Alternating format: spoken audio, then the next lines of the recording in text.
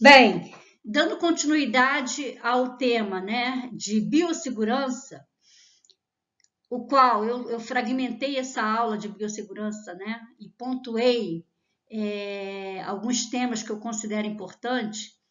Hoje eu trago, dentro dessa temática de biossegurança, o acidente com materiais biológicos, né? Nós podemos, enquanto profissionais de saúde, e enquanto vocês, alunos, enquanto estagiários, podem ter exposição a materiais biológicos durante os cuidados com o paciente.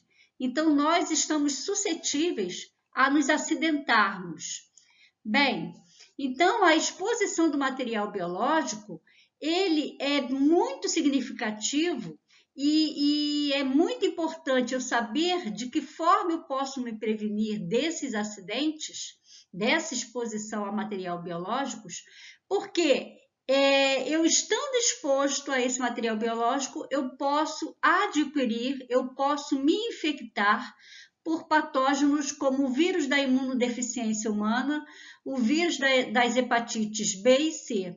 Tá? Então, são doenças virais que são transmitidas pelo sangue. Então, se eu, diante de alguma atividade profissional, eu exponho, eu me acidento, né? E esse acidente foi um contato direto com o sangue de um paciente infectado, eu posso estar adquirindo qualquer uma dessas doenças. Existem também outras doenças, né, que são transmitidas por sangue. As doenças, né, algumas delas sexualmente transmissíveis, que são doenças bacterianas, mas que também são passíveis de serem transmitidas pelo sangue, né?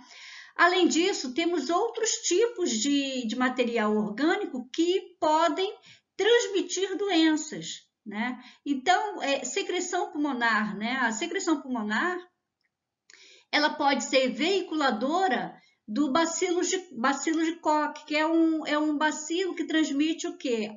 Que causa o quê? A tuberculose. Então, o acidente com material biológico, ele requer muita atenção do profissional em termos de prevenção, tá? E por isso a importância de eu abordar esse assunto com vocês aqui. Bem, os acidentes eles ocorrem habitualmente através de ferimentos com agulhas, materiais ou instrumentos cortantes. Nós chamamos esses acidentes, né, com instrumentos cortantes como acidentes percutâneos.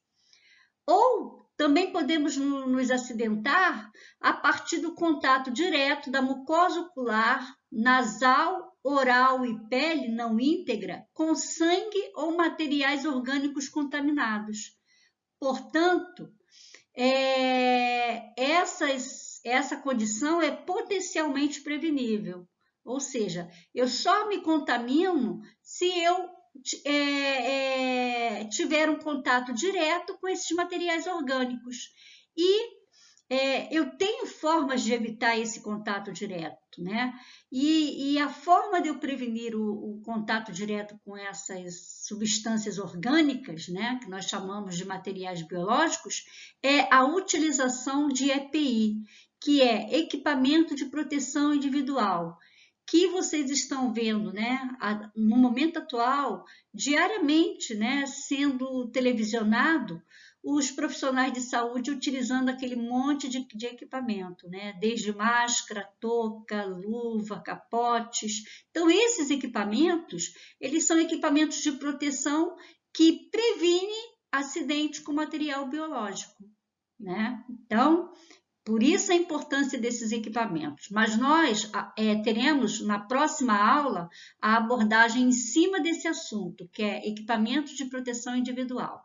Mas na aula de hoje vamos focar aqui em acidentes com materiais biológicos.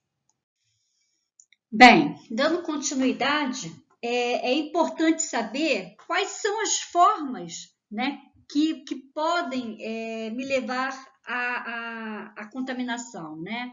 Que tipos de acidentes me levam a me contaminar? Então, eu tenho vias diferentes de contaminação.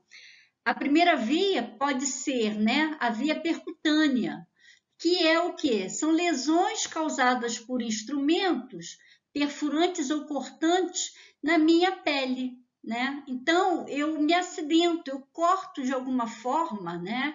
E produzo um ferimento, e esse ferimento passa a ser uma porta de entrada para a contaminação com material biológico, tá? E essas lesões percutâneas, elas podem ser provocadas por agulhas, bisturis, vidrarias, ou seja, até uma ampola que se quebra para aspirar uma medicação pode produzir uma lesão cutânea e eu ter uma contaminação, uma exposição a material biológico por via percutânea. Tá? A outra forma de me contaminar é quando eu tenho uma exposição em mucosas, ou seja, respingo de material biológico em olhos, nariz, boca e genitália. Por isso a importância daquela máscara facial que está sendo utilizada, né, agora durante a pandemia. Por quê? Porque protege totalmente a face, né? Então, protege desde os olhos até o nariz e a boca. Então, essa máscara, esse equipamento de proteção individual, ele previne a exposição de mucosas, né? A esses materiais biológicos que podem respingar, né? E contaminar tanto a minha mucosa ocular, quanto a minha mucosa nasal, quanto a minha mucosa oral, tá? A outra forma também de exposição é a exposição em pele não íntegra. Então, se eu tiver alguma lesão na minha pele, né, tipo uma dermatite, em que eu tenha pequenos ferimentozinhos na minha pele, isso pode ser uma porta de entrada para a contaminação do acidente com material biológico, tá? Uma coisa muito comum, nós mulheres, né, que fazemos a unha, cuticulamos a unha, se nós tivermos um fragmentozinho, um cortezinho pequeno que for, né, na nossa cutícula, isso pode ser uma porta de entrada, né? E ao menor contato com material biológico, o agente infeccioso vai ter um local de penetração e de contaminação do nosso corpo, né? Então, por isso a importância de termos o cuidado de não trabalharmos com qualquer tipo de lesão exposta, tá? Então, esse é um cuidado. Agora, cuidados ao manusear material pérfuro cortante biológico. Eu devo, enquanto profissional, ter o máximo de cuidado no manuseio dos instrumentos pérfuro-cortantes.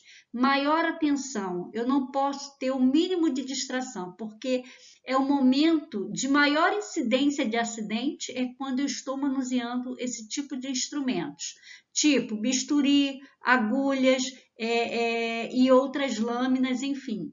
Qualquer material que perfure ou que corte. Então, isso exige de mim, profissional, o máximo de atenção, tá? E eu devo ter também muita atenção quando eu estou lidando com o paciente em que, nessa atividade que eu esteja fazendo com o paciente, ele esteja produzindo e eliminando material biológico. Então, eu tenho que ter o máximo de atenção, né? Então, os cuidados que eu tenho que ter é ter a máxima atenção durante a realização de procedimentos invasivos. O que é procedimentos invasivos? São todo e qualquer procedimento que eu acesse, né? Que eu tenha acesso a tecidos mais profundos, né? Ou a cavidades do abdômen, do tórax, enfim. Então, procedimentos invasivos, eles tendem, né, até pelo próprio tipo de procedimento, a gerar o quê? Sangramentos, né, a eliminar líquidos internos do organismo. Então, nesses procedimentos, eu tenho que ter o máximo de cuidado. Jamais utilizar o dedo como um anteparo durante a realização de procedimentos que envolvam material pérfuro cortante. Então, nós temos o hábito, né, de quando vamos, por exemplo, fazer uma punção venosa, utilizar o dedo como um anteparo. E isso não é recomendável. Isso deve ser abolido. Nós não devemos utilizar o nosso dedo como anteparo, porque é onde acontece o acidente. Nunca reencapar ou entortar, quebrar ou desconectar a agulha da seringa. Eu já falei na aula anterior a forma correta de se descartar uma seringa, né, com agulha. Eu não desconecto a agulha para descartar separadamente da seringa. Eu faço isso da forma como eu utilizei a seringa, eu desprezo ela, tá? Após o uso, eu desprezo ela da forma que eu utilizei. Eu não tento recompor a seringa para poder fazer o descarte, tá? Porque é na hora do reencape da seringa, é na hora de desconectar a seringa que os acidentes perfuro-cortantes, aí, né, perfurantes no caso, porque é seringa, né, é agulha, acontecem. Tá? Então, eu posso evitar essa exposição desnecessária, seguindo o quê? As normatizações, as recomendações previstas na biossegurança, né? Então, lembra que biossegurança é o quê? São ações, são medidas, são técnicas que eu posso utilizar para prevenir, para me proteger, para me manter saudável, né? Livre de contaminação, né? Então, eu tenho que utilizar as normas de segurança, né? Da biossegurança e não utilizar agulhas para fixar papéis. Isso é quando queremos fixar um papel em um mural e aí não encontramos aquele dispositivo que nós chamamos de percevejo. Então, esse dispositivo, quando falta nas unidades de saúde, é muito comum o profissional de saúde pegar uma agulha e ir lá fixar aquele papel, né, no mural com agulha. Isso é terminantemente proibido, tá? Isso não pode acontecer. Bem, eu trago aqui um lembrete importante, porque a exposição ocupacional, ou seja, o que é a exposição ocupacional? É a exposição que nós temos no trabalho, diante de alguma atividade que exercemos, né? Então, a exposição ocupacional ao vírus HIV deve ser tratada como emergência médica, uma vez que a quimioprofilaxia deve ser iniciada o mais precocemente possível, quando indicada, idealmente até 2 horas após o acidente e no máximo 72 horas. Bem, podemos ver aqui nessa imagem um acidente pérfuro-cortante, né? Então, quer dizer, perfurante, um instrumento, né? Perfurou o meu dedo, apesar de eu estar utilizando luvas. Então, o instrumento perfurante ele tem esse poder de, né, mesmo você com equipamento de proteção individual, você se acidentar. Bem, e nesse sentido, quando eu me acidento e eu sei que esse instrumento foi utilizado em um paciente portador de alguma doença viral, tipo HIV, né, que é o mais importante desses quadros virais, né? Quando eu sei que o paciente já é portador desse vírus e eu me acidentei com o instrumento que foi utilizado nesse paciente, eu já tenho que considerar isso como uma grande emergência médica. Por quê? Porque a prevenção, né, a quimioprofilaxia, o que é quimioprofilaxia? São o uso de medicamentos que vão trabalhar, né, que vão agir em cima do vírus, né? Então, se esse vírus, né, penetrou no meu tecido, né, perfurado, através desse instrumento, eu devo imediatamente procurar o serviço de emergência médica do hospital, da unidade de saúde, me reportar ao médico e esclarecer qual foi o tipo de acidente. O médico, naturalmente, ele vai avaliar, vai considerar importante iniciar a quimioprofilaxia. Mas o médico também, ele não só faz isso, né, inicia a quimioprofilaxia, como ele também solicita,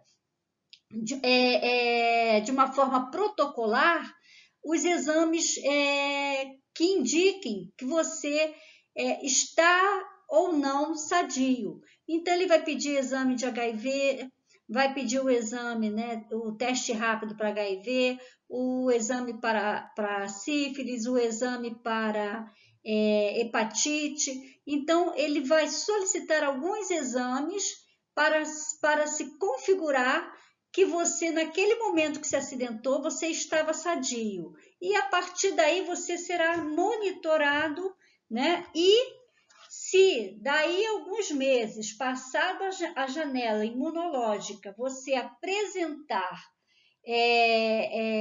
um teste desse positivo, vai ser considerado como acidente de trabalho, porque você, no dia do acidente, você fez os exames e você não portava nenhuma doença. E meses depois, você repetiu os mesmos exames e você foi identificado que você se contaminou, ou seja, você é portador desses vírus. Então, é por isso a importância de se procurar um médico emergencialmente, para que ele siga todo o protocolo previsto para esse tipo de atendimento, tá?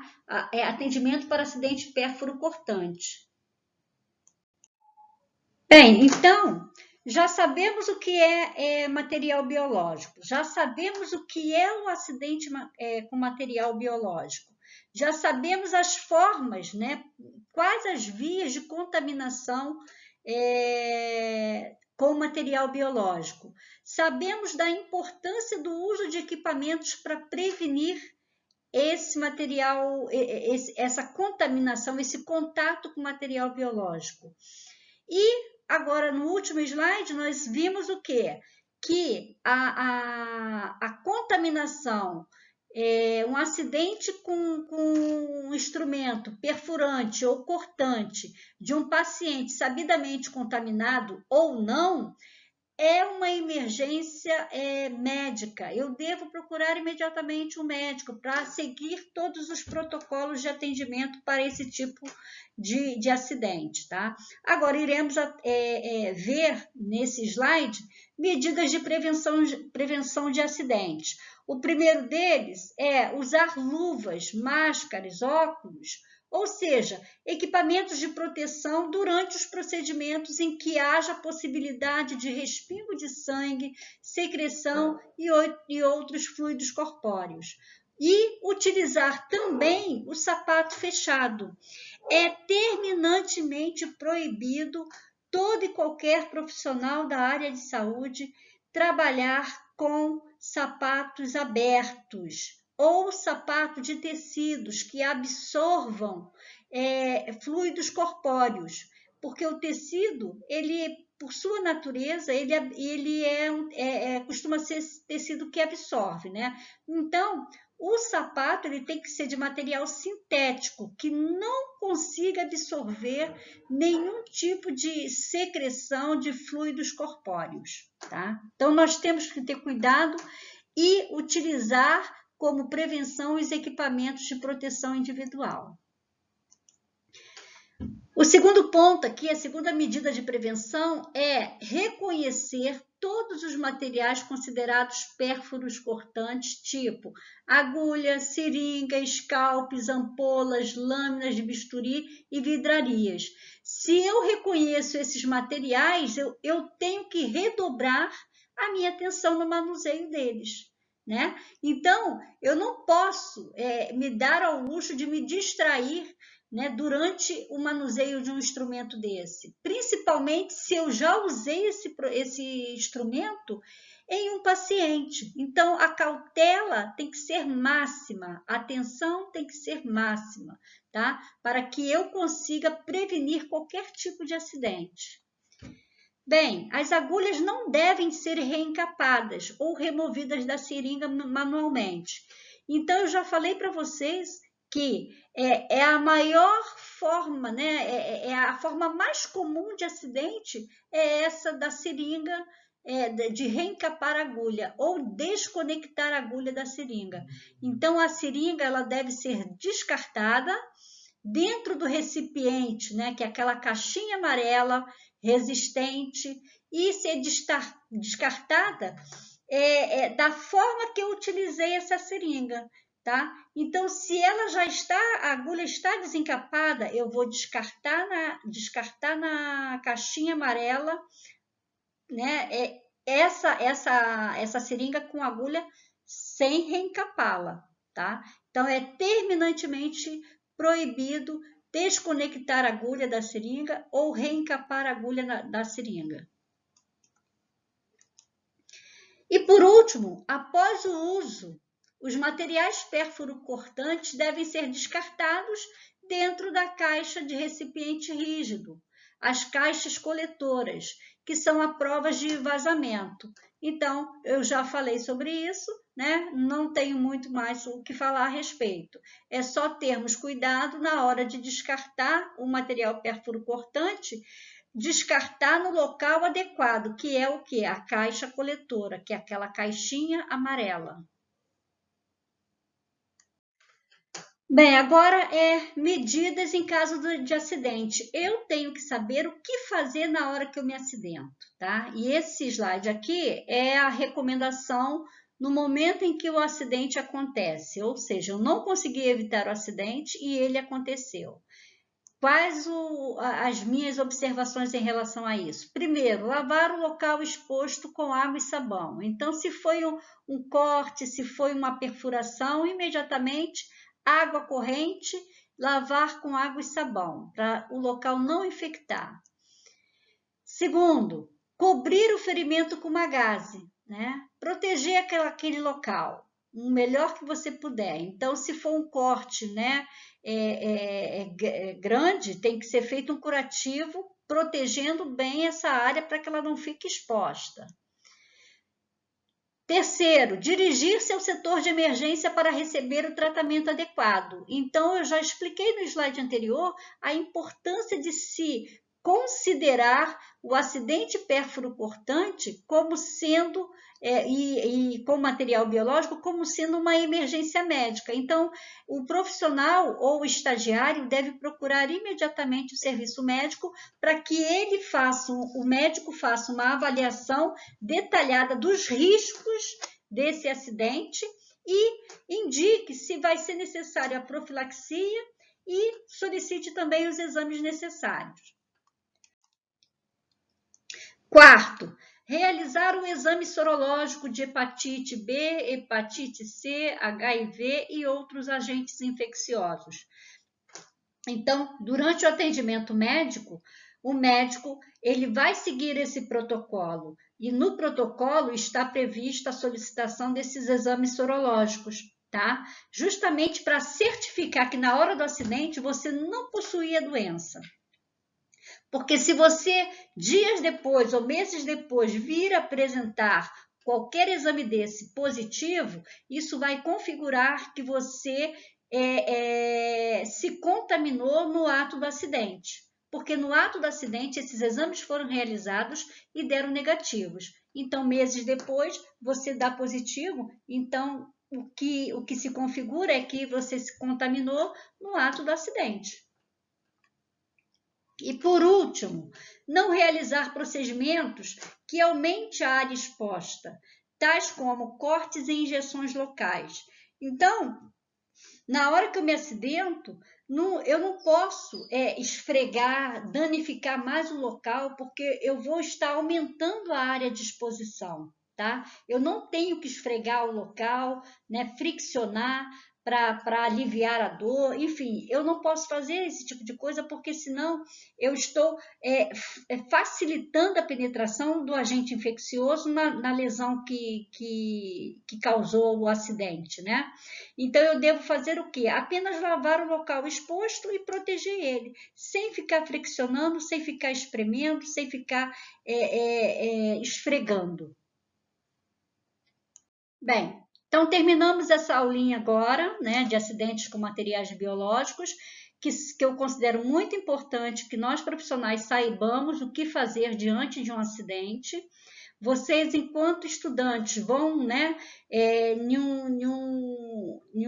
um período próximo, entrar dentro de unidades de saúde e vocês vão estar suscetíveis à exposição com material biológico, portanto, deve saber exatamente como proceder diante de um acidente, tá? Não ficar perdido, não deixar de procurar o atendimento médico porque eu não sabia. A partir de agora, todos vocês têm conhecimento suficiente para saber exatamente o que fazer quando se acidentarem, né? Que eu espero que nunca aconteça, mas nós estamos sempre expostos a esse tipo de acidente, os profissionais de saúde. Tá? E a próxima aula será de equipamentos de proteção individual. É um outro tema dentro de biossegurança, tá?